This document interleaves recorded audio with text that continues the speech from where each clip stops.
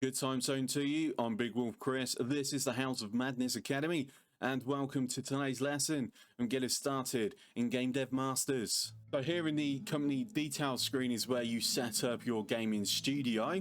The favorite genre is the genre that you start the game fully researched and therefore are completely aware of what priority levels are needed in each development stage. You will also start with 3 randomly picked topics as well.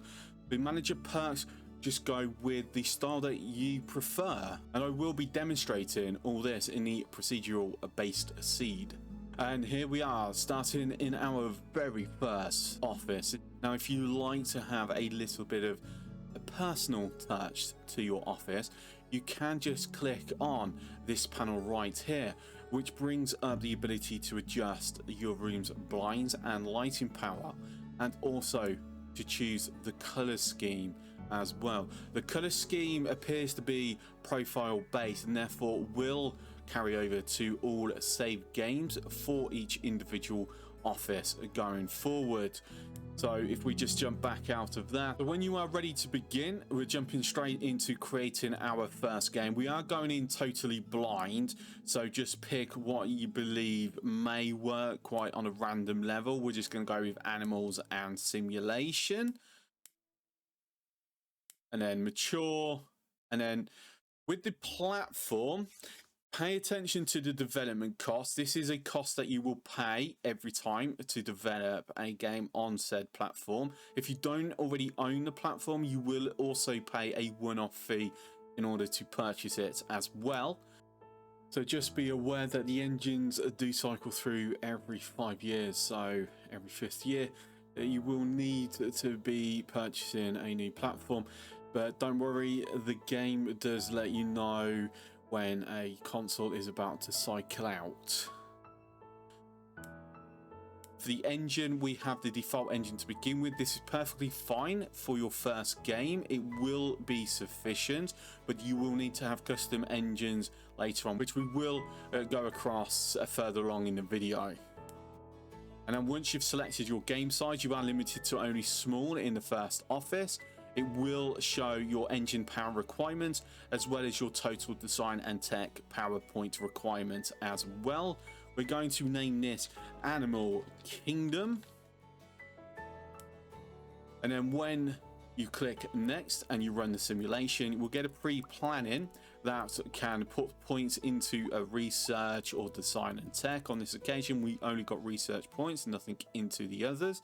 And then we are presented with the first of 3 development stages, and this allows us to set our priority levels in order to try and get that optimal balance between your design and tech points. Now, because we do have the genre already researched with the simulation, the game does tell us the optimal balance that we need to reach, as well as the priority level for each phase in each development stage.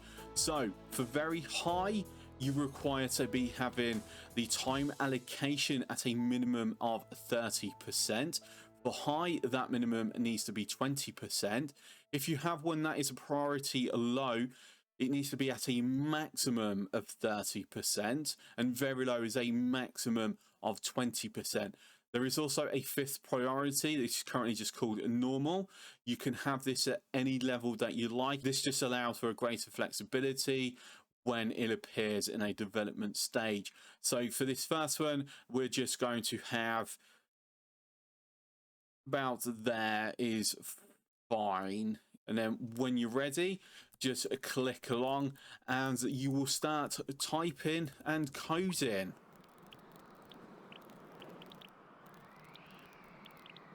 And then once it's finished going through the 3 phases of that development stage, you're then presented with the options for the second one. Now, the next thing I want to point out is under here we have the total points. This is your current number, and this is how much you need to get to.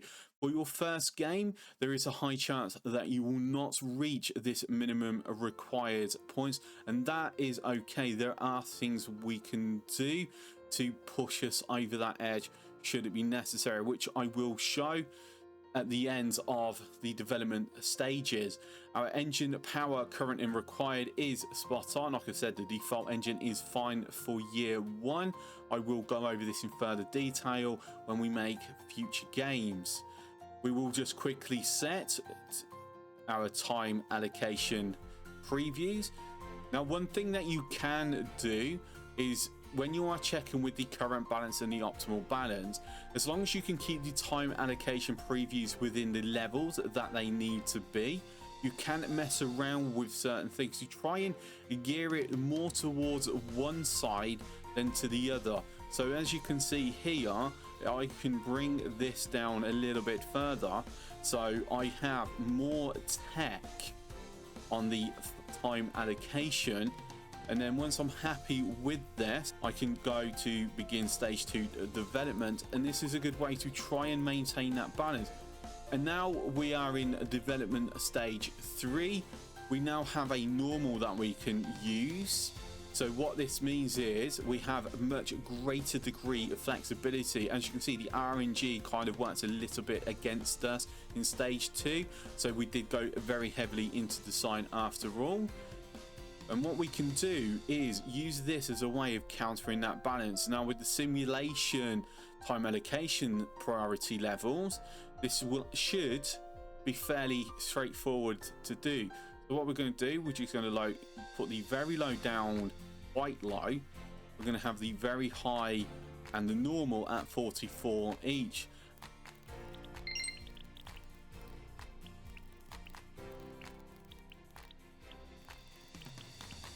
And as we reach the end of stage 3, we don't get a pop-up immediately. We have the bugs being worked through, which gives us the possibility of extra points being thrown into design and tech. And once that's done, we then able to click on finish development.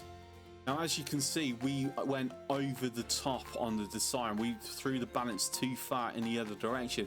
So one option that we can now do is we can delay the game to look to do two things in this instance.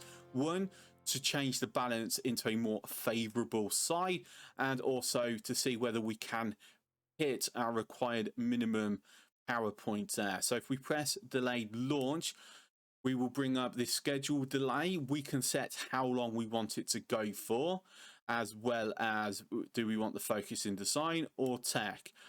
The reality is you always pick the one where both of these numbers are white. You can also do bubble empowerment if you feel that you want to rush your schedule delay. You can pay a fee that increases the power of each bubble during the delay phase. Now, because of how well we can design and how close this is, we only need 5.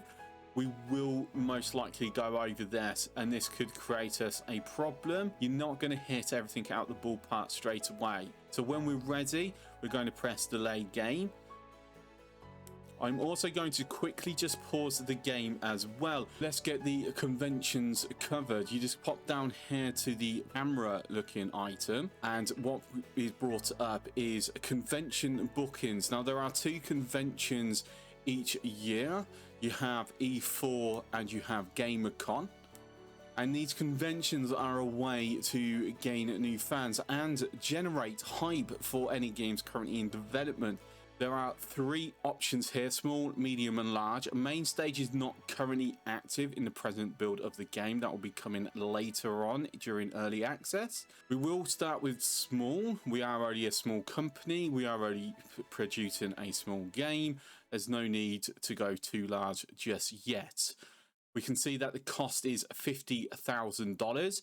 We can choose the game that we wish to showcase. That does allow you to have an option to whether you want to showcase a game that's currently in development or a game that is currently on the market, should there be a crossover between the two. Booking type at the moment, there is no difference between simple and complex. Ryan has said that he wishes for a mini game to take the complex at some point in the future, but for now either will work. You just book the event and then you get told the booth visitors, the fans gained, as well as the hype gained. Now, one reason why I waited to do this until the delay phase is simply because If you have hype and then click into the delay phase, the hype is immediately halved. So it's sometimes good that if you know a game is going to go into delay and that delay is going to happen when a convention will occur, to just hold off on the convention. If you're not sure, then by all means do the convention during the development stages. We are just going to allow the game to now complete, and once it's completed we get a quick overview. We can't delay it any further. This is our final product. We can see that we have not hit our minimum required and our balance is 4% off, but 4% isn't a bad thing. For a small game, we still could have a good rating. We can either trash the game or we can sell this at a low price just to see about recouping some of the money that we've spent on this, as well as still potentially offsetting any fan loss, because there's a warning here that says a delayed game that scores lower than 6 will result in lost fans. Let's have a look. Let's launch the game and see what the reviewers say. Well, apparently it wasn't too bad after all. Now, if you don't want to do this waiting, you can just click instant reviews and it immediately just finishes everything off. Now that is selected, when you go to a review phase for future projects, it just immediately does this straight away. Just speeds things up a little bit if you don't want that suspense of going from review to review. So we've got an average review score of 7.6. The fact that we are selling the game at only $2 means that we should expect a lot of fans joining our fandom. If we just press continue, you'll see that we now have new research for our engines, and our first week of sales is we get $10,000. We've sold 5,000 units and we've got a number of fans as well. And we can just go into our inbox. We can see the review does mention that there's problems with the design levels. Always pay attention to what is mentioned in the game dev report. It does offer useful insight. And then we get a nice congratulations as well. Now, once our game has been completed, because it does have a topic that we have not deep dived and we do not know the potential match for audience or genre, we can just click on our character and go to game report and generate the game report. And what will happen here is we will do a little bit of research into the game, a bit of market analysis, if you will. And upon completion of that, we will get an email that will tell us some facts. So feedback shows that Animals is a great match with simulation and a great match with mature audiences. So we've actually hit that immediately out the park. Now we are going to look at just some additional research. Up here in the top right, we see some research points, and we can use them to research new topics, genres, do some deeper diving on topics that we already know, as well as researching engine features for custom engines. We are going to research some topics. There is no pros or cons. You can just pick one randomly if you want. You can only research one at a time. So once you've chosen the topic that you want, just press acquire topic. Make sure that the simulation is running and just types away as it's just going onto the internet and learning about the market data that's currently available and things like that. Now we have a new topic. Let's just show off the deep dive. So if we just go into research, topic deep dive, and just pick on evolution, we can have a look through our genre list and our target list and pick one that we want to look at to see whether it's a match as well. So we're going to do simulation. It is a 10 research points in order to pick one from the genre list. It's 15 to pick one from the target list as well, so we don't currently have enough research points. It does cost $8,000, so we will just quickly research that now. Now that's research. We are sitting at 18 research points, so we could do a deep dive and look at the target audience should we wish. We can't yet research a genre though, because that does cost 25 research points. Now, One quick way to potentially get more research points as well as earning a little bit of money is to go into the contract work. And with the contract work, we basically do a little bit of work for another company and we get paid for this. The contract payout is the amount you get for doing the contract, and if you complete it within the time period, you get a bonus of these amounts as well. If you do not complete it within this time amount, you will not get the bonus, but you will get money based on the amount of work that you've completed. So if we just take the job and just type away to completion, once that contract has been completed, we will get an email outlining what we've earned. So we've earned $26,000 from this contract, and we've gotten very much closer with the research as well. I'm going to look at the engine upgrade. So if you're going to research engine features, as you can see here, we have through the stages where we can do our research as well. So we're just going to research the save game, and in fact I'm going to research as many of these as we can right now. Now, as we completed all the research into the engine features, you see that our game come off the market, and we did get an email concerning this, and this basically tells us how much profit we made and how many new fans we gained from this as well. So a $29,000 profit, 3,000 fans. This is a really good start, especially for only a $2 game as well.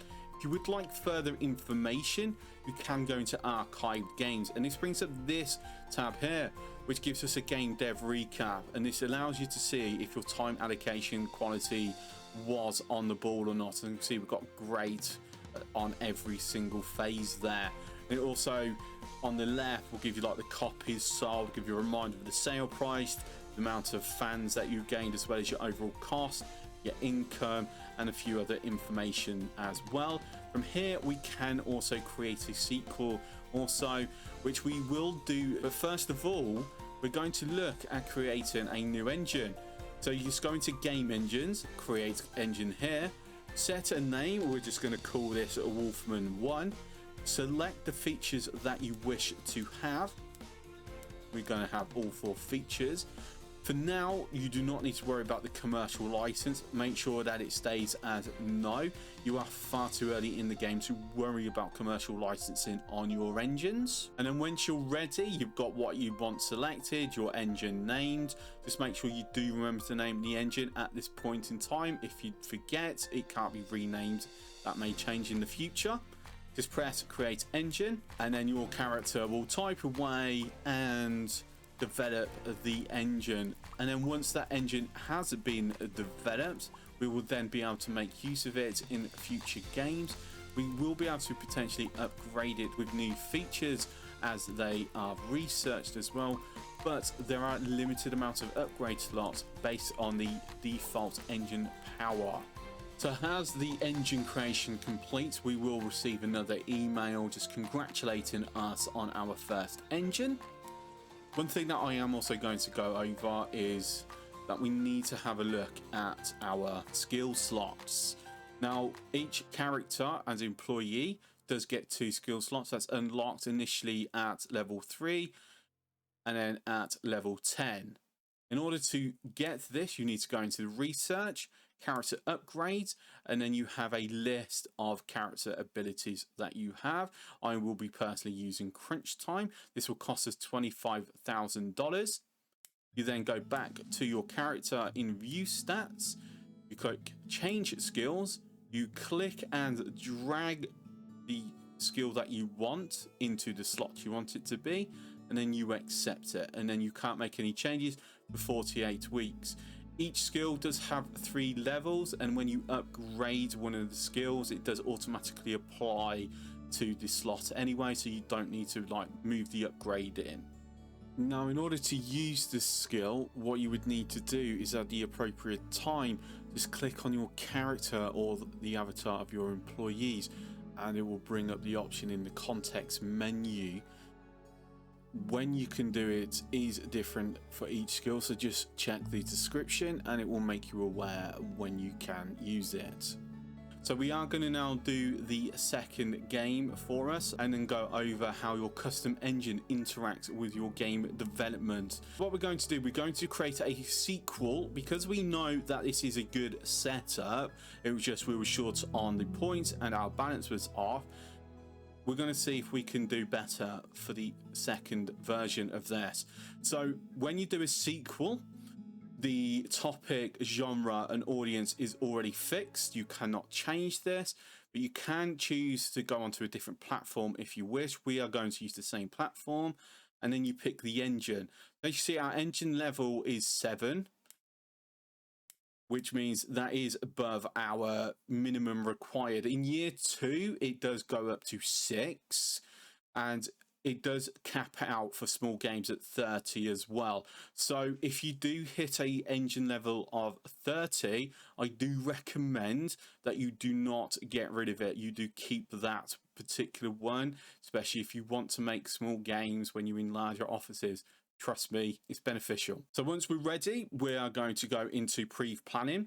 Now, as you can see, we've immediately got some hype because this is a sequel that was received fairly well. We get some hype straight away to get us started. Now, once you are in the development stage, because you have a custom engine, you're going to notice a new pop-up on the right here, which is your part of your engine features. Now, the upgrade slots determines how many of the engine features that you can use. Currently, with how few features that we have, you're not going to hit that limit, but as you get bigger engines, you will have to make decisions. So we are just going to select through them all. Something to also keep in mind that each time you add a feature, it will increase your engine power as well. So this will up it on the tech cost being 1. This will add 1 to the current power. So in stage 2, you can see our engine power has increased. So this does give you the possibility that if you are using an engine that has plenty of upgrade slots that allows you to choose plenty of features, can use this as a way of tipping your engine power over if the required minimum is higher than that of your engine default power. And also each feature that you do activate here will increase your bubble power equal to that of the tech cost, and it will impact the phase in which the feature has been added to.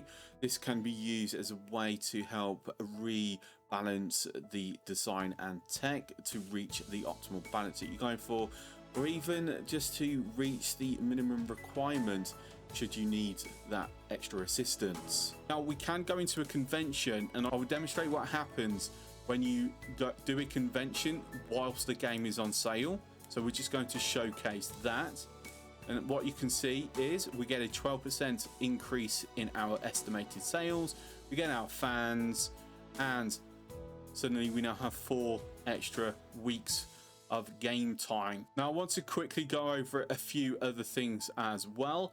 The next thing will be training. So when you are making games, you do gain points in your stats as well. If you do wish to more specialize the character or your employees once you have staff, use the training menu, and this also allows you to speed it up a little bit as well. Design and tech increases the strength of the bubbles and how often a bubble will appear. Speed is in relation to how fast your research and the training will go. Research increases the chance of a research bubble happening during various tasks. Critical chance allows you to have your bubble go critical, which doubles the output of that bubble. Your focus goes towards creating the correct bubble in the development phases. As you may have noticed, sometimes the bubbles don't go towards the design or tech that you expect. The focus impacts this, and endurance is something that you don't need to worry about until you're making medium or larger games. The next thing that I wish to show is hardware.